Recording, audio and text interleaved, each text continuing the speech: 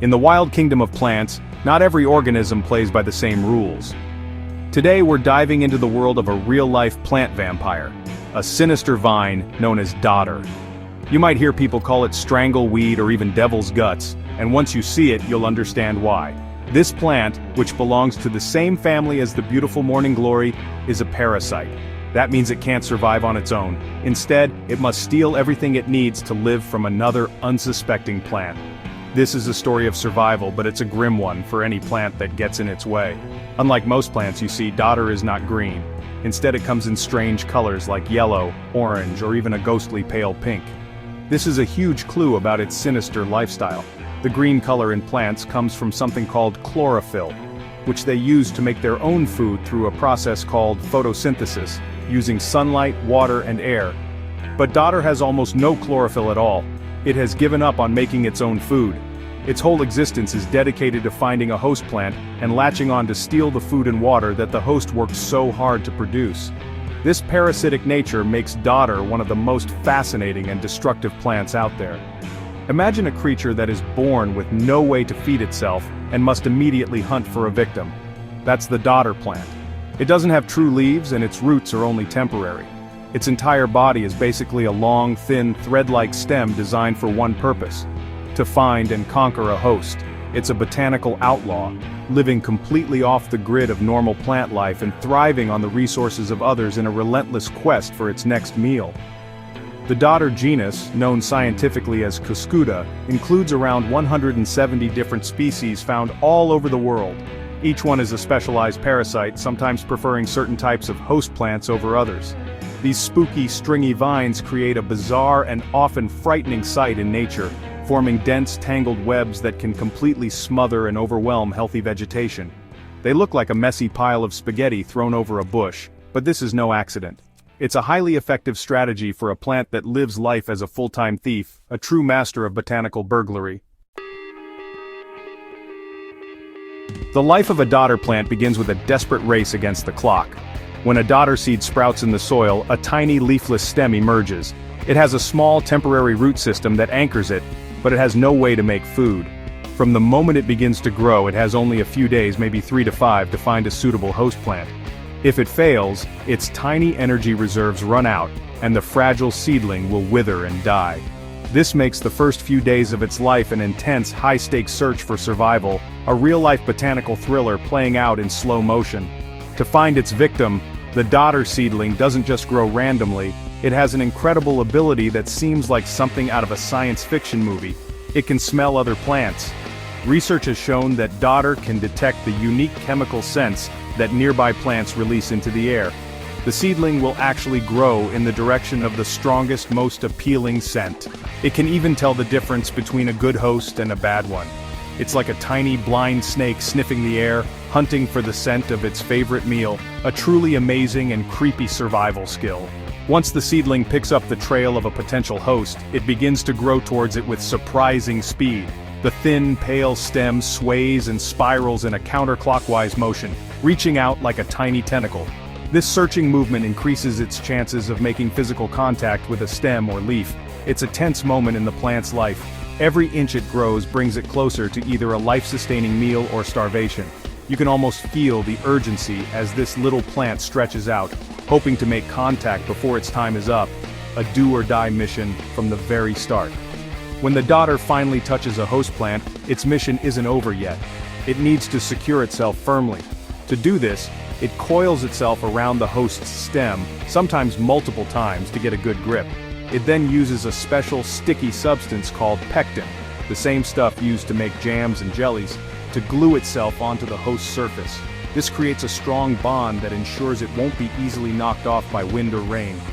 This initial attachment is the critical first step in its parasitic takeover, setting the stage for the next phase of its attack.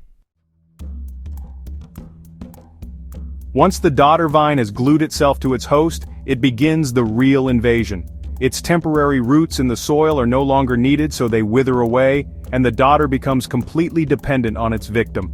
Now it grows special structures that are the key to its success. Haustoria. These are like tiny sharp roots that drill through the outer layer of the host plant's stem. They are incredibly powerful and precise, acting like miniature drills that penetrate deep into the host's circulatory system. This is the moment the dodder taps into its new food source. The haustoria are the dodder's fangs. They connect directly to the host plant's vascular tissue, which is like its plumbing system.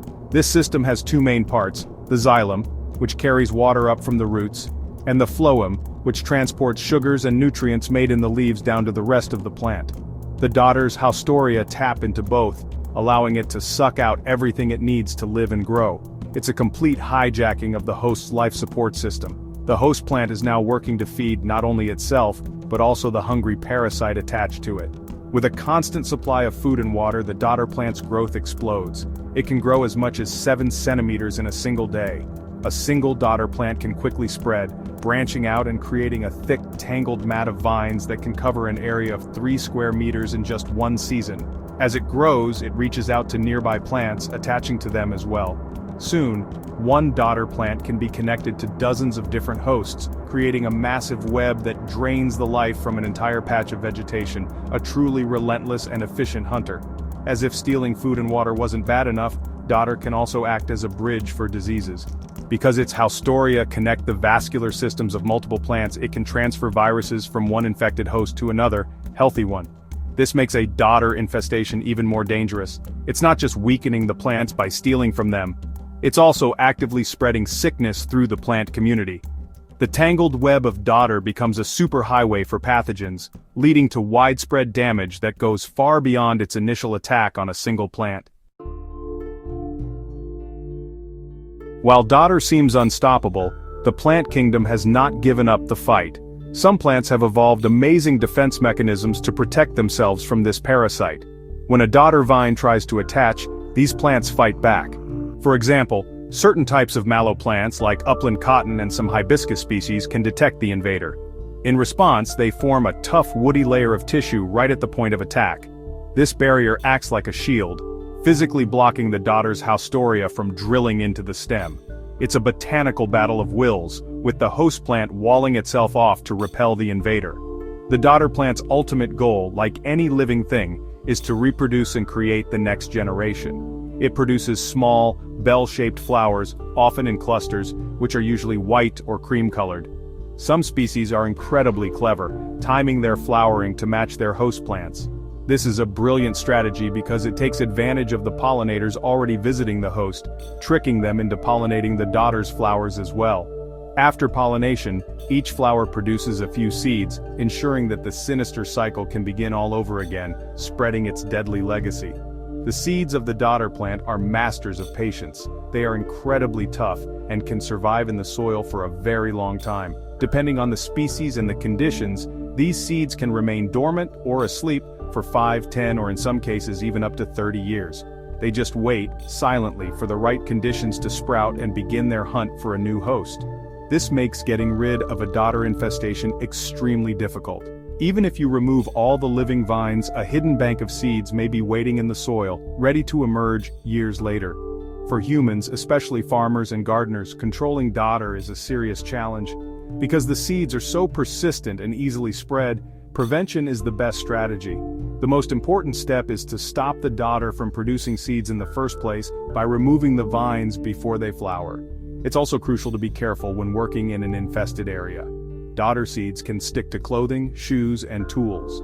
Thoroughly cleaning all equipment after leaving an infested site is essential to prevent accidentally carrying the seeds to a new uninfected area and starting the whole destructive cycle over again.